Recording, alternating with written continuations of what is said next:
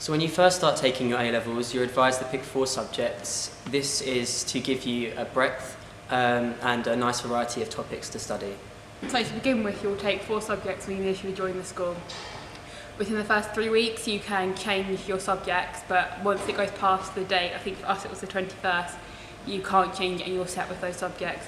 At any point in the year, you can drop a subject. So I've already dropped one because it is quite a lot to take 4. It's really what you find the best for you.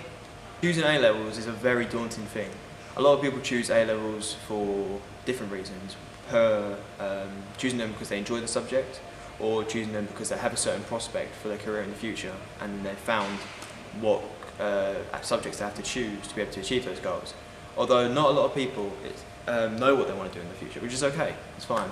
But as long as you choose A-levels that are good for you, that abide by your interests, so you'll be happy doing them throughout your sixth form. So if you don't have a lesson, you'll have a free study period where you can do work, revision, any homework you need to do, email your teacher for help, and also the teacher in there, you can always ask them if it's their subject for help. They're really good to get work done, so it's less to do when you get home, meaning you can do wider reading. There are lots of places you can find out further information about the subjects you've chosen.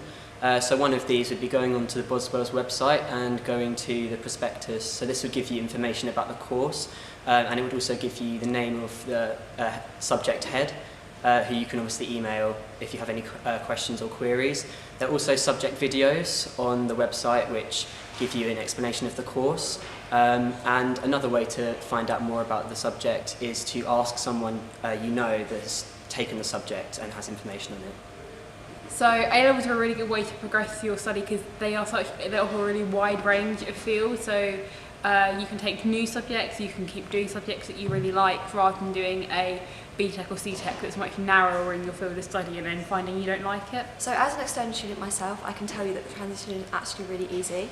On the first day in form, you're given a buddy. So that's someone that's already been at Boswell's, knows their way around, and they just help you with day-to-day stuff really, get to know the timetable, where your rooms are, and they just help you in there by your side, so that's really, really helpful.